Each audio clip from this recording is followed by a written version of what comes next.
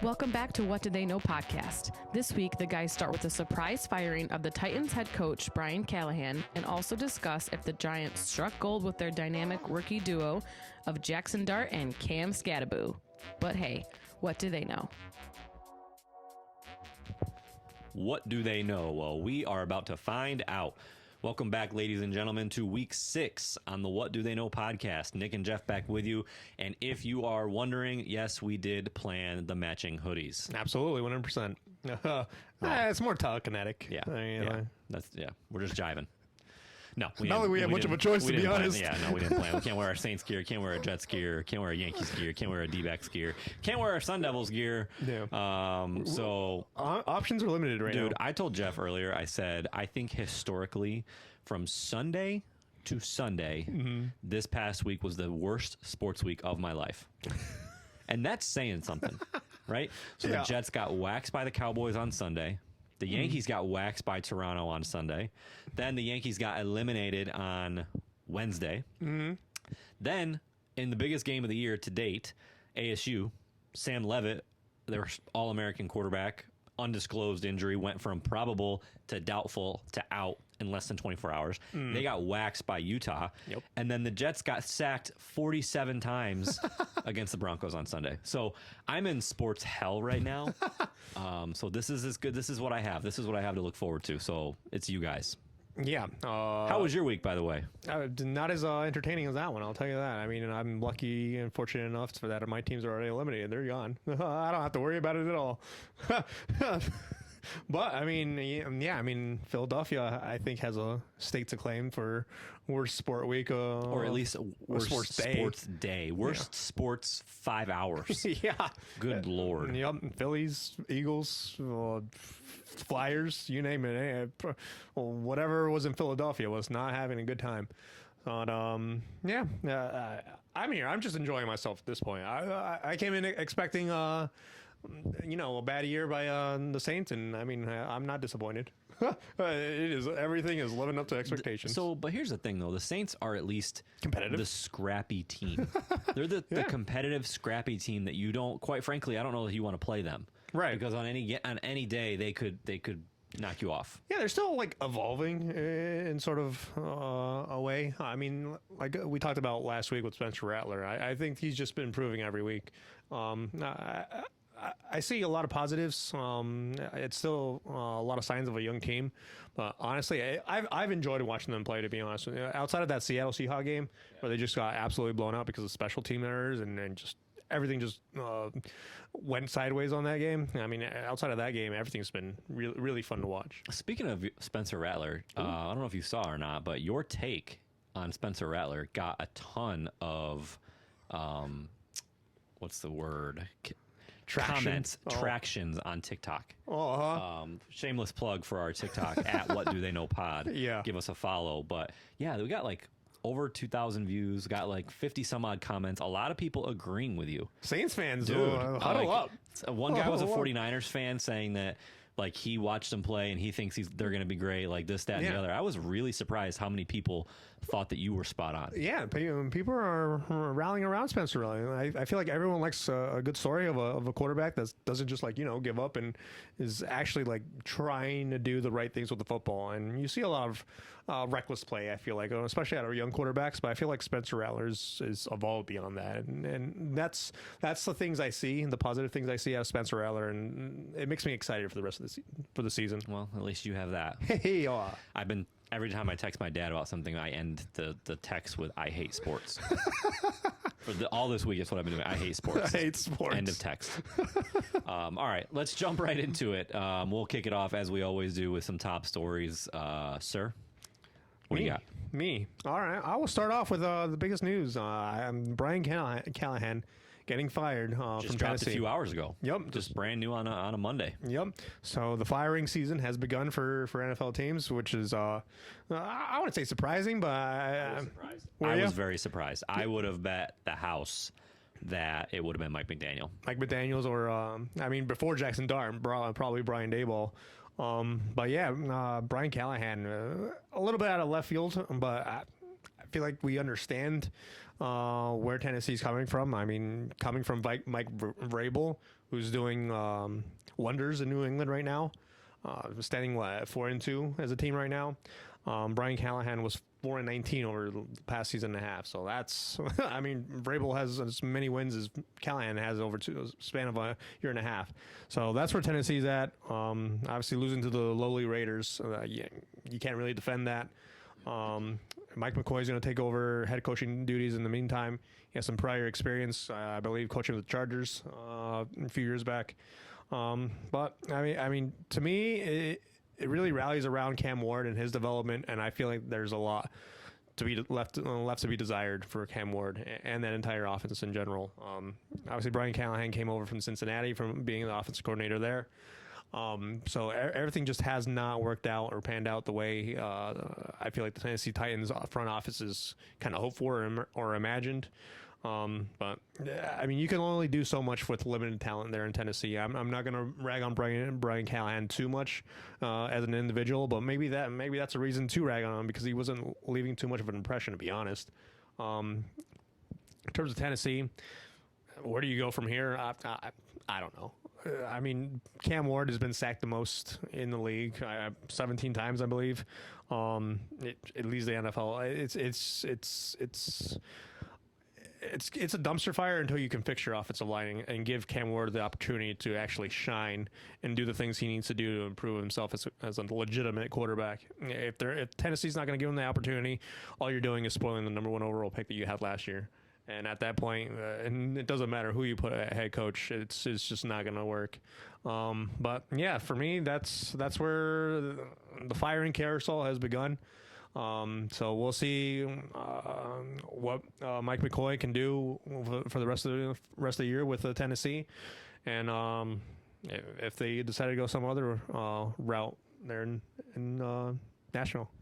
Yeah, so I think this is a huge disservice to Cam Ward. I think that this is a prime example of why quarterbacks don't develop or don't turn into anything is because of the instability around them. And quite honestly, it's the Bears last year all over again.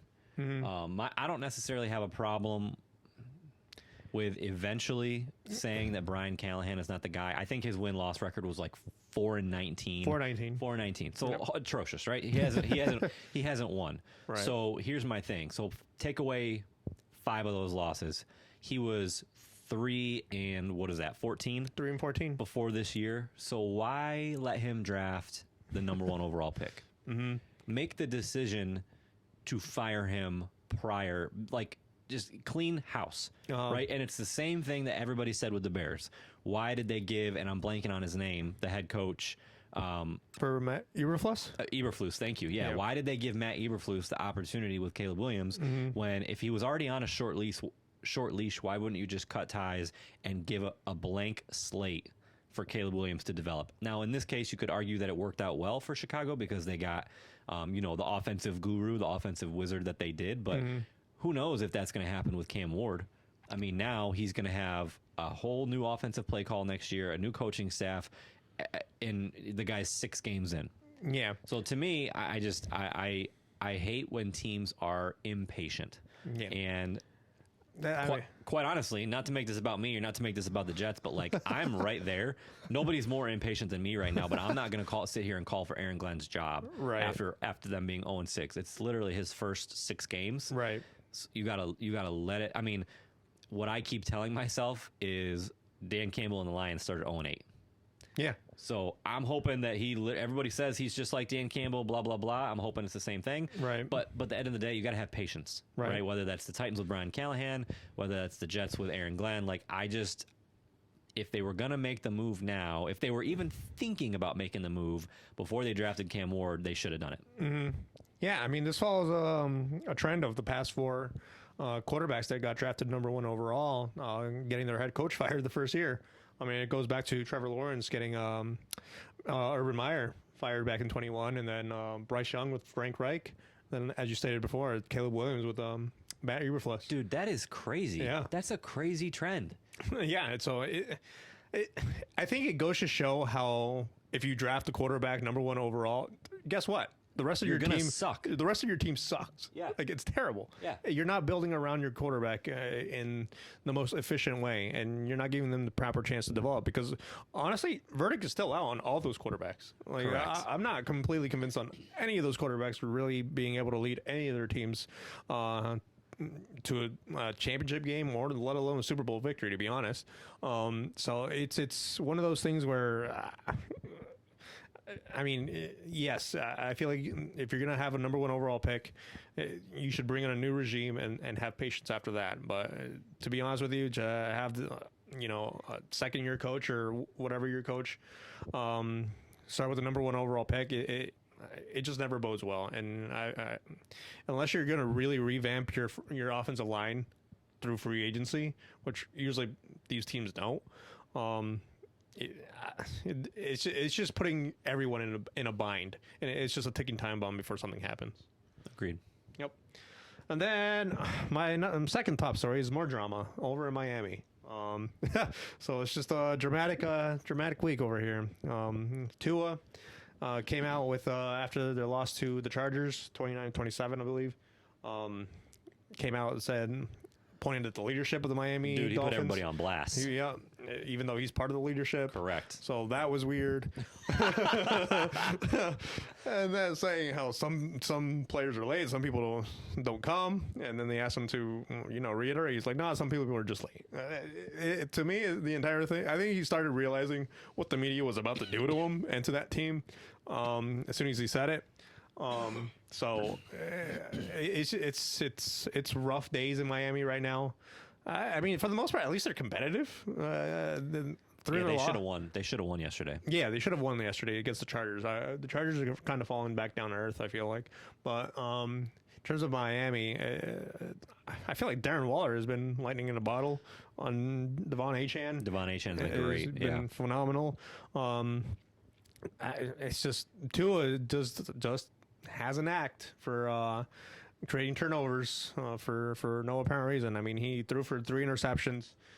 He's one of those guys that I feel like he needs to look in the mirror and be like, hey, what can I do to improve before he starts calling out other players? And I feel like a lot of players in Miami are going to look at that and be like, hey, it starts with you, and it's rough. Yeah, it's either going to be great that he did that, or it's going to be really bad. Like, I could see guys being like, dude, what? WTF? Like, and just completely having the opposite reaction of what he wanted. Or, right, guys could be pissed off and be like, hey, he's calling us out. He's right. And let's get our stuff together. Right. I don't think it's going to be the latter. Right. I think it has more of an option to be. There's always a joke that, like, whenever you have player-only meetings, it's never good. So that's the first thing. You're calling meetings, which is not a good sign. But then you have dudes not showing up or showing up late. Yeah. How do you not blast them into oblivion? And like, I mean, it says a lot for, I feel like, their team culture and the culture that Mike McDaniels has kind of established there. I know Mike McDaniels is more of a guy's guy, I guess, a bro. He's a player's coach. It's like Rex Ryan, for example. He's a player's coach. You're not going to get your butt chewed out, and you're going to love playing for the guy, but your discipline may not be there. Right, and that's, I feel like, what Miami needs right now, especially with when Mike McDaniels came in, Tua was a young quarterback. And if your quarterback is not going to take the leadership role, someone has to, and then usually that falls on the head coach. But yeah, I feel like the characters there in Miami it has been reaching a boiling point for a few years now. And with Tua, with his turnover issues, it's hard to even look at him as a leader, because the other players are just gonna be like, you're the reason we're losing right now. You're the reason you're putting us in bad spots, bad positions. You're giving points to the other side of the field. It just becomes one of those things where there's no right answer, I feel like, unless you just blow it up in Miami, to be honest.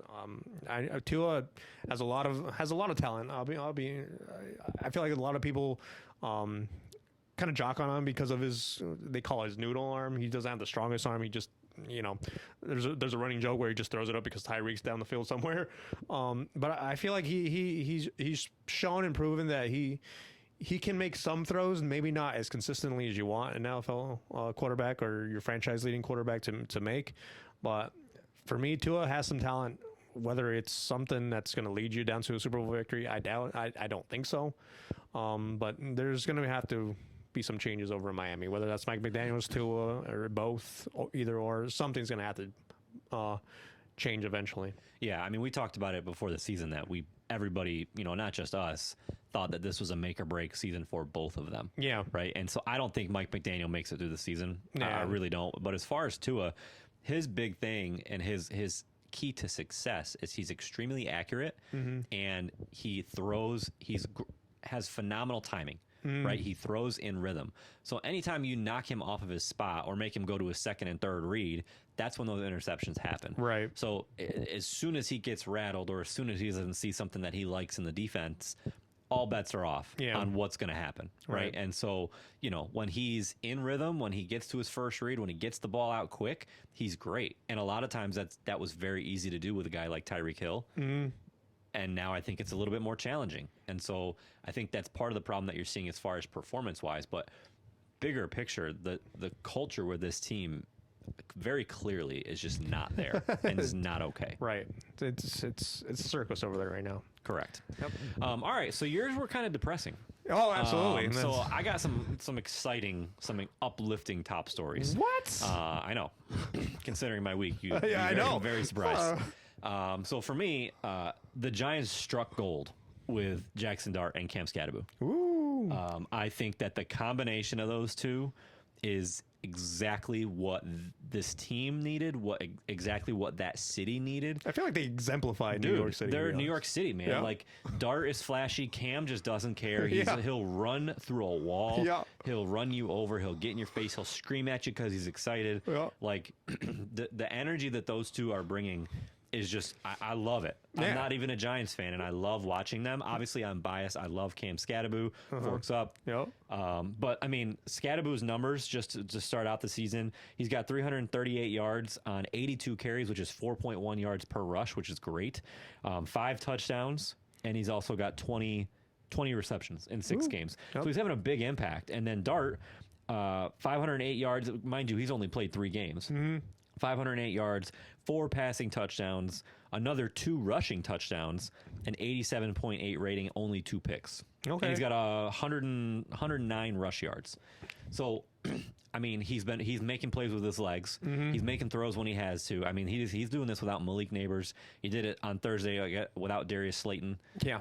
And then, when you're within 10 yards, just give the ball to Cam Skattebo and let him run people over. Yeah. Right? I mean, it was against arguably one of the best teams in the league. Yeah. Who may or may not be in a downward spiral right now, but I mean, I was blown away the fact that they won, and just what these two are doing for the team. I mean, Brian Daboll literally looks like he's in love with Jaxson Dart.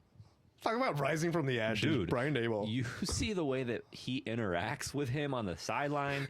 Like, I saw a meme, and it was Jaxson Dart coming off after one of their touchdowns, and Daboll just has the biggest smile on his face. He's patting him on the head, and the meme basically was like, one more touchdown, and Brian Daboll might literally kiss Jaxson Dart.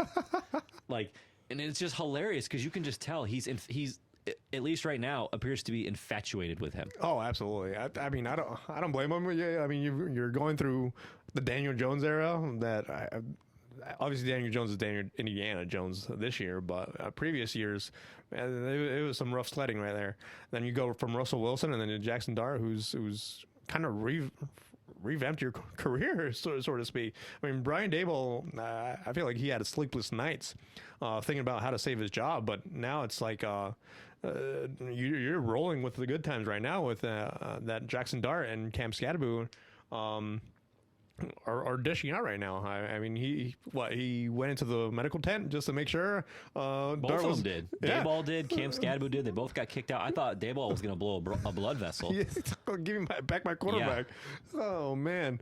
I mean, it's fun to see a New York team get the liveliness. Dude, we need it. Yeah, we need something. At least one of them. At least one of the teams, because it's been depressing days at MetLife, to be honest with you. Both with the Giants and the Jets, but. Yeah, I mean, as much as we kid around with Brian Daboll and his job security, to me, this this is like lying in a bottle. Jaxson Dart just literally revamped everything that the New York Giants franchise stood for. I feel like he puts up these sort of numbers and this sort of excitement for this year. All of a sudden, Giants fans are going to be like, this is the future now. It's Cam Skattebo. It might even give him I mean, I want to say something, but I don't think it's going to happen. Maybe give a little bit of forgiveness for letting Daniel Jones and Barkley escape. They're going to have to do a lot more winning. Yeah, it's going to be a lot more winning, but I mean, this is at least a side, a distraction, I want to say, from those times. So I mean, good on the Giants front office for noticing and knowing who their guy is going to be in the draft and trading up to get Dart. To me, this is a home run pick. Dart and Skattebo are looking like franchise cornerstones for that offense, health withstanding. But yeah, I'm excited for the Giants in general, especially in that division where the Eagles and the Cowboys and the Commanders are flying high right now. Yeah, it's only for great competition that the Giants are there, and I enjoy it. Yeah, I was really, as far as Skattebo, I was curious to see what his timeshare was going to look like on Thursday, just because Tyrone Tracy was back from the shoulder. The last 4 weeks, he had been the bell cow, having 75% of the touches because Tyrone Tracy was out with that dislocated shoulder. Well, he came back, and Skattebo was still the guy. Three TDs. Yeah, 3 TDs, 98 rushing yards. He had 31 something fantasy points against you, by the way. Yeah, thanks for bringing that up. You're welcome. So I'm excited. Like I said, I think nothing but good things to come for them. I hope it continues, and I hope, like you said, I hope they both are able to stay healthy, and so we can see what the remainder of the season is going to look like for them. Yeah, man. Imagine if they had a crazy wide receiver too, like a Malik Williams. Oh my gosh! Can you bring imagine? him back in? I mean, yeah. Give me Jamar Chase on that I know. Trade. Side note, real quick. This might be a little bit of an overreaction. Maybe, I don't know. But I feel like the fact that Skattebo was as amazing as he was in college, balled out the way that he did in the Peach Bowl, in the college football playoff, on the national stage, and fell to the 4th round, we could be GMs. We could be scouts. Like, I could have told you. And Dave Portnoy, who, he's from Barstool. He's a little bit of a tool. Love him, though. He basically said this on Big Noon kickoff on Saturday. He's like, dude, anybody who watched college football knew that Cam Skattebo was going to be this. Right. Like, how did he fall to the 4th round? That's why, it baffles me sometimes. Guys that are busts and guys that end up being great. Yeah. I mean, I think it falls into the uncategorized or intangibles. Intangibles. You can't put a number on it. Sort of aspects of a player and a human being. And Cam Skattebo just has that heart and soul of a football player. Like, he's going to be out there trucking people because he has one goal in mind, and that's to hit someone and reach the end zone. That is his one goal. It's like, remember your name, remember to breathe, and remember to score touchdowns. That's like all he cares about. And we saw that when he was at ASU. And to be honest with you, I feel like too many GMs or too many front offices in general just look at size and just look at stuff that can potentially derail a career or not plan out as the way you want it to. But when you have players or human beings that are going to give their heart and soul for your team and for your organization, those are the players that you take chances on, especially if they have the talent that Cam Skattebo does. Agreed. Yep. All right. So my second one, also positive. I think we need to start giving Dave Canales a lot of props. Dave Canales and the Carolina Panthers. Wow. Who you're pissed off at basically all year. Because we've been picking against them. You fell for the trap too. I did. I picked against them this week too, and those guys are basically laughing at us. They're on this show. Yes, I can almost guarantee they have to be. So, big win yesterday over the Dallas Cowboys, 30-27. Had a game-winning field goal as time expired. Rico Dowdle has just been literally a revelation since Chuba Hubbard went out. The dude, 230 total yards in back-to-back games. Yeah, which is insane. Unheard of. To be honest. Unheard of. So they're 3-3.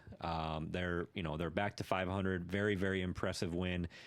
Bryce Young is not, balling out, but he's not making the critical errors that we especially were seeing early on last year. Yeah. So I would consider that, all things considered, growth. To me, it's Ricky Daddle.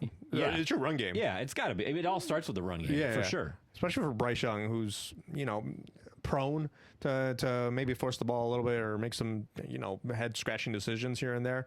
The fact that Daddle's out here rushing for over 200 yards every week, talk about a load off for Bryce Young. Like, all of a sudden he's a game manager. He doesn't have to be the number one overall pick really anymore to really lead that team. He handed the ball off, do some play action pass here and there, and naked bootleg, boom, bam, find McMillan, who had 2 TDs yesterday. Yeah, exactly. And all of a sudden, you're sitting pretty there in Carolina. You're scoring 30 points. Yeah, I mean, he has a 2-to-1 touchdown to interception ratio so far for the season. He's got 10 and 5, respectively, right? So not bad. He's averaging, I think, 190-ish yards per game. So again, he's not passing all over the field, but that's indicative of an amazing run game. Yeah. So it all goes hand in hand. So, super impressed with the Panthers. Did not expect that yesterday. I fully expected the Cowboys to very easily handle that game, and it just didn't happen. Right. So kudos to them. Kudos to Dave Canales, because, I mean, when you think about what was it last season he got benched, it had to have been first 6 or 7 weeks of the season. Yeah, it's been around. It couldn't have had a worse start. Yeah. As a first time head coach with Dave Canales having to bench your number 1 overall pick. Yeah. Right. So I just think if you factor that into where they are now, I mean, huge props. Yeah. I mean, I don't even know what to say to that because, I agree with you. Dave Canales deserves all the credit in the world for pulling the right triggers at the right time. Obviously, the benching of Bryce Young was a huge one, and then inserting him back into the lineup and him balling out to the end of the year. And then this year, I mean, he definitely showed some regression from the end of last year, but to find a run game and to change I feel like he almost changed his philosophy as a head coach and how he runs that offense to reinsert the dominance of a run game there. And it's done nothing but help Bryce Young and that Carolina team. All the credit in the world to Dave Canales, to be honest. Yeah. Yep. So, all right. So switching over to overreactions, what do you got this week? So my first overreaction: sign Mike Tomlin to a lifetime extension right now. Oh my God! Yep. Please tell me more. 4-1. The Steelers. Honestly. Oh no! I can already tell that face. 23-9 over the Cleveland Browns this past week. They're 4-1. Honestly, you and me, I don't think we had a lot of expectations coming into the year for Pittsburgh. Aaron Rodgers hasn't. I mean, he hasn't lit the world on fire, but at the same time, he's shown some flashes of some vintageness there at the QB position for Pittsburgh. I mean, their defense is still somewhat stalwart. So to me, Pittsburgh in general. I feel like I'm just done doubting Mike Tomlin, to be honest with you. I know he's prone to fall for that 9-8 season, but you're talking about tough divisions. You're talking about the Ravens or the Bengals and the Browns, who are tough out in the AFC North.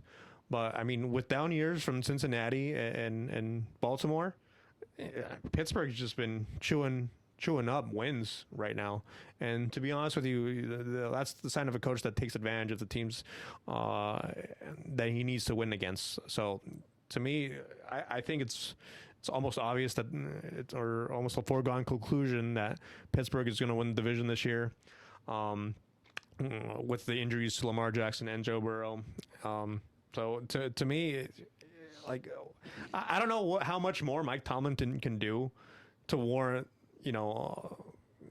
a little bit more easiness off his back to be like, hey, we get it. You're a great coach. You're a Hall of Fame caliber coach, and you're going to be here for a while.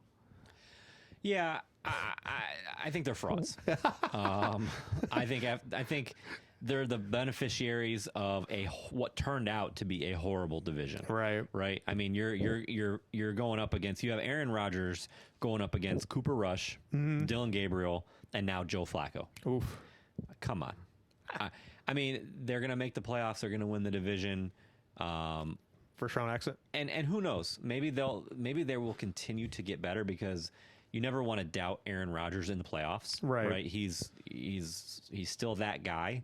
But you factor their 4 wins, right? Off the top of my head, Cleveland, the Jets, the Patriots, week 2 before the Patriots really took off. Right. And their 4th win, I can't even remember who it was. I have to look. So Not buying it, huh? no, I'm not. And to be continued, right? It's only week 6. Yeah. But it would not surprise me if, come January, we're saying the exact same thing about Tomlin, which is one and done in the playoffs. Yeah, the part that worries me about the Steelers is their run game, to be honest with you, because I don't know how much you can rely on Aaron Rodgers, especially if they host a game and, you got that cold weather over in January in Pittsburgh. I don't know how much you're going to rely on throwing the ball and that sort of time of year. So Jalen Warren and Kenneth Gainwell, I believe. Yeah, they're like kind of, tag teaming it right now. Right. And I feel like someone has to take the torch. I've always, hey, Drake London. Touchdown, Drake London. He's on my fantasy team. Thank you. I feel like when you go running back by committee, you always have to be careful about it, especially in the playoffs, because all of a sudden if you get 2 cool hands and you're flipping and flopping, both running backs and no one can really take off and establish themselves as a runner. You're just playing with fire, and all of a sudden you're throwing the ball a lot more than you want to, and I feel like that's not Aaron Rodgers' game anymore. And in terms of Pittsburgh, their defense, I feel like we've seen in previous playoff games, they've kind of been solved during that time against good teams. So I agree with you. Yeah, I got to see more. Yeah, I got to see more. And I'm trying to find out who their last win or who their 4th win was against, because it's bothering me. But I do want to give Vikings. The Vikings. Carson Wentz in London. In London. So, I'm sorry, Dublin. Ireland. So, get it right. Again, another backup quarterback that they beat. Just saying. Yeah. It's a good overreaction, though. For the segment, it fits perfectly. Yeah. On to the next. Yeah. On to the next. So you kind of stole my thunder with the Carolina Panthers did. Okay. So, but I'll say it out loud. Chuba Hubbard's injury was the greatest thing to happen to the Carolina Panthers. And the worst thing to happen to my fantasy team. The worst thing to happen. Yeah, no, I mean, dude, he's never going to see the field again. Chuba who? Chuba. He's never going to see the field again, the poor guy. Yeah. I mean, how could you? Yeah, it's terrible because you talked about Cam Skattebo, his 4.1 yards average per rush. That's Chuba Hubbard's yards average. But the problem is Rick O'Donnell is 5.8. That's insane. 6 yards a carry. Yeah. That's nuts. 2 runs and he's got a first down. Like, how can you ignore that sort of production right now from Rico Dowdle? So, I'm sorry, Chuba Hubbard, but you righted the ship. Oh, I need to go to the waiver wire is what you're telling me. Yeah, he righted the ship one way or another for Carolina, to be honest. Yeah, I don't think that's an overreaction at all. And I'm kind of disappointed that now I don't have a starting running back on my fantasy team. So, there's that. Yep. So, there you go. All right, short and sweet. I love it. Yeah. All right. Starting out hot here. Kansas City is the only true threat to Buffalo in the AFC. Kansas City. I mean, as much as it pisses me off to write that and to say it out loud, how can you not after last night? Yeah. A dominant performance over top 5 team in the NFC in the Lions, 30-17. It was never really that close, honestly. Mm-hmm. I mean, the Lions looked somewhat stagnant on offense. And on the flip side, the Chiefs just look like they have figured it out. It looked, I mean, I know they lost last week. Mahomes threw that uncharacteristic pick 6 against Jacksonville. Yeah. But quite honestly, it seems like Xavier Worthy coming back, and he didn't have the biggest impact last night. Mm. I think he had a touchdown, but not a lot of yards, not a lot of catches, but he just does something to that defense. Mm. And so I think that they have figured it out offensively. And will continue, right? It's only week 6. Mm. And we know for teams like Kansas City, it doesn't start till January. So I think that we're going to be having the exact same conversation every January, which is, can the Bills get past the Chiefs? And it pisses me off because I want the Chiefs to just fall into oblivion. That's excessive. But yeah, I'm looking at these teams right now in the AFC, and I'm trying to. So that's what I wrote down. Sorry, not to cut you off, but who out of those teams that you're about to name, who do you trust? Who do you have more confidence in that they're going to potentially beat the Bills? Because I don't think you disagree that the Bills are the class of the AFC right now. Oh, absolutely. All right. Yeah, so the Bills are up who's there. the biggest contender? I'm looking. I'm trying to make a debate in my head for any of these teams. I mean, you got the Colts at 5-1. I mean, it's hard to overlook, but at the same time, I feel like we don't really see, franchises that have a turnaround like this rapidly really make it to the big game that frequently. Obviously, we look at Sam Darnold and Geno Smith and what they did when they kind of had career resurgences in Minnesota and Seattle. I mean, they didn't reach their. I don't think they either reached their championship game, the NFC Championship game. Yeah, let alone the Super Bowl. So, I mean, it's hard for the Colts. I mean, they have a run game though. Jonathan Taylor obviously is great as anyone in NFL in terms of the running back position. Their defense, I feel like, is questionable. Allowing 27 points to Jacoby Brissett and the Cardinals this past week isn't a glare of hope, to be honest with you. But I mean, beyond that, obviously we touched on the Steelers. Jaguars, it's hard for me to envision Trevor Lawrence leading that team over Buffalo. Chargers, that's rough. The Broncos have the defense for it. The problem is I'm not sure what you're going to get on offense. Correct. And they're way too inconsistent on offense. Yeah. I don't know the if fact that they scored 13 points against a bottom 5, and that's putting it politely, a bottom 5 defense in the NFL and the Jets. Yeah. I mean, come on. Yeah, it's I don't know if England, London, had something to do with it. The travel. I believe I heard that they traveled from Philadelphia all the way to London immediately afterwards. So they had the week to accustom themselves to London time. But yeah, it's rough. And then we have the Patriots. I mean, who are sneaky competitors there in the AFC East in general. Obviously, they're the ones who handed the Bills their loss. But I mean, is it Drake May's time?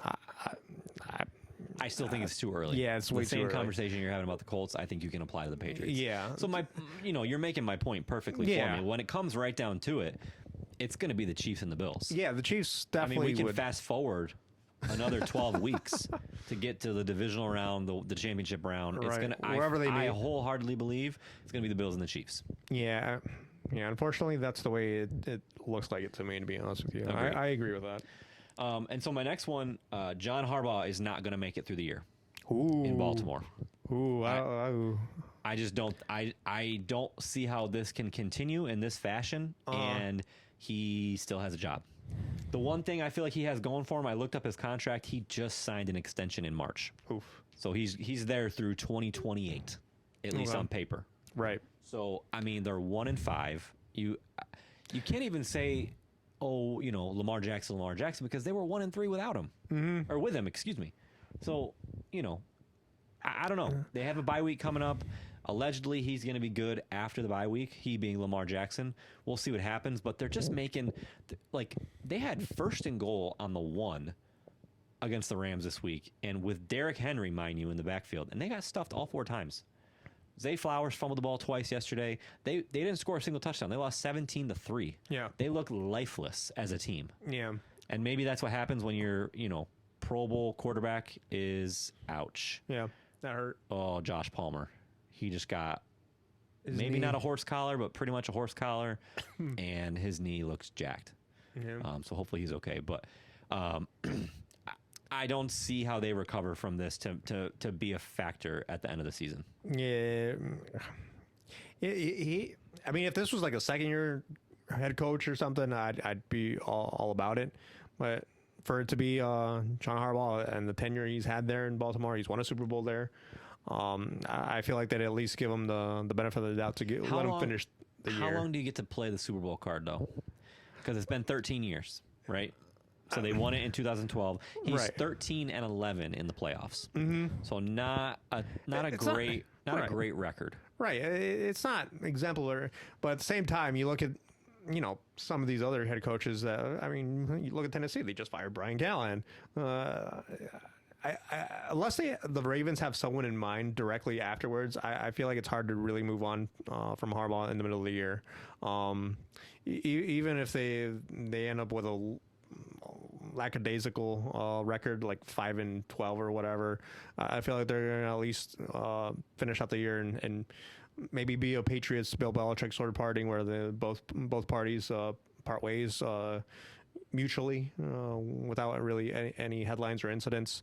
But for me, a firing of John Harbaugh would be almost nuclear, to be honest with you. That'd be that would have a shakedown from top to bottom on that organization. Yeah, I mean my only argument, and you're kind of making it as well, is like teams would kill to have a John Harbaugh. Oh yeah, you know. So that's the tough part. Yeah. So we'll see if Baltimore is able to not be one of those teams we talked about at the beginning that makes that impatient, overreactive type move. Yeah.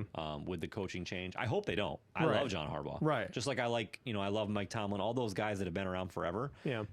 But this is screaming like new voice. So we'll see. Yeah. All right, that'll wrap up our overreactions. We will jump into power rankings. I'll let you go first. I had a heck of a time. 3 out of my top 5 teams lost last week, and so I really had to kind of figure out how much do I want those losses to impact my top 5. Yeah. But I'll let you go first. Yeah. I feel like you had the same hard time that I had last week. But because only one of my top 5 lost from last week, and that was Lions. So the Lions dropped out of my top 5, but I'll start with the Colts. They won. They were number 1 last week. I'm not going to drop them. You had the Colts 1 last week? Yeah, I had the Colts 1 last week. All right. Yep. So they stay neutral. The Bills are number 2. So as we were talking about earlier, as of right now, I feel like the Colts are rolling. Whether that's the same story in January, we'll see. Number 3, I got the Bucks. Baker Mayfield is putting up a heck of an MVP caliber season. I feel like that man just cannot be stopped under any circumstance. And then the Steelers at number 4, which is surprising. Wow. Yep. Okay. But I feel like there's some respect to be named for Mike Tomlin right now. And then number 5, as cringy as it is to point out, I put the Broncos, even though they had somewhat of a lackadaisical effort. But they were number 5. That's why I couldn't do it. I thought about them. After the way they played against the Jets, I couldn't do it. Yeah. I mean, they were number 5 last week in my power rankings. I didn't want to drop them for winning ugly, especially in another continent. And I mean, defense travels, and their defense travels. Yeah. Oh, yeah. 9 sacks. 9 sacks. Yeah. Yep. All right. So I had the Bills last week, number 1. Even after their loss, I didn't want to overreact too much. I kept them at number 1. Obviously, they're playing right now. They're actually losing, shockingly enough, as we sit right now. Yep. Atlanta's offense looks amazing so far in this game. Yep. But number 1, I still have the Bills. Number 2, I have Tampa Bay. Baker Mayfield is my MVP right now. He's incredible. Number 3, I have Kansas City. Ooh. Because I can't say what I said as far as an overreaction and have any other AFC team ahead of them. At 3-3, huh? So Kansas City number 3, the Colts number 4, and then my 5th one, I kind of I hemmed and hawed. You could convince me of any other team. I put Green Bay. Okay. They're 3-1-1. They had that weird tie against the Cowboys. They dominated Detroit week 1. I really wanted to put Detroit, but I had a hard time putting Detroit over Green Bay because I still think Detroit is really good, even after the loss last night. Yeah. But I settled with Green Bay. You could convince me otherwise. But that is my top 5. Yeah, the Kansas City at number 3. I originally had them 5, and I had the Colts ahead of them, and I was like, well, I can't exactly do that after I just said that they're the biggest competition to the Bills. Right. So that's where that logic came from. Gotcha. All right. We will wrap it up this week with the worst segment of our show, which is our picks. Yeah, if you actually want to get this right, so you can stop now. Yeah. You know what's crazy? And I know you said this off air before we started, but we both have winning records on ESPN picking our games weekly. We do. Which is just insane. I'm going to look it up right now what our records. I mean, they're not great, but they're at least winning records. Yeah, we're in the 60th percentile. Yeah, so hold on. Let me find it. Yeah. Pigskin Pick'em. There it is. Pigskin Pick'em. So, stop. Stop. All right. So Jeff has a better record. You're 52-38. Mm-hmm. So that's 14 games over 500. That's a 66th percentile. I'm 50-40. So 10 games over 500, 63rd percentile. So again, not world beaters by any means, but Right. like I went 0-3 last week. What are we doing What here? the freak? What is happening? The worst idea we ever had was to pick our locks against the spread. The think this is gonna absolute be- worst idea. I think it's going to be a one and done sort of Dude, idea. Yes, we are not doing this next year. It's going to go down as the worst idea in the history of the show, Jeffrey. Oh my You had god. every right to veto. Dude, this is ridiculous. So just to summarize our crappiness, last week I had, what did I have? What did you have? I had the Cowboys over the Panthers at -3.5. I thought that was a cakewalk. My upset, I had the Titans over the Raiders. I thought the Raiders were horrible. Apparently, the Titans are the ones that are horrible. And then the game of the week, Detroit and Kansas City, I picked Detroit.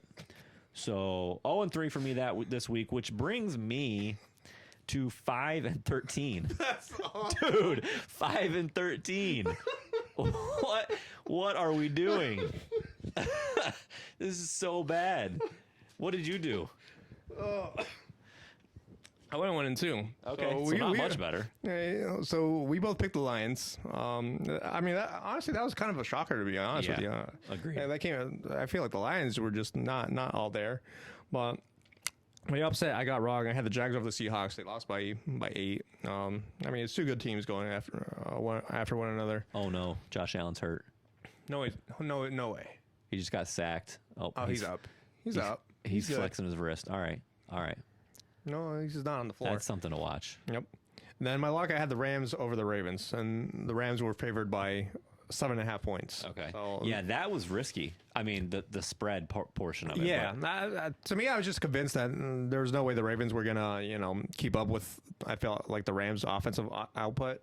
But I mean, if the Ravens had scored a touchdown, I would have lost that one.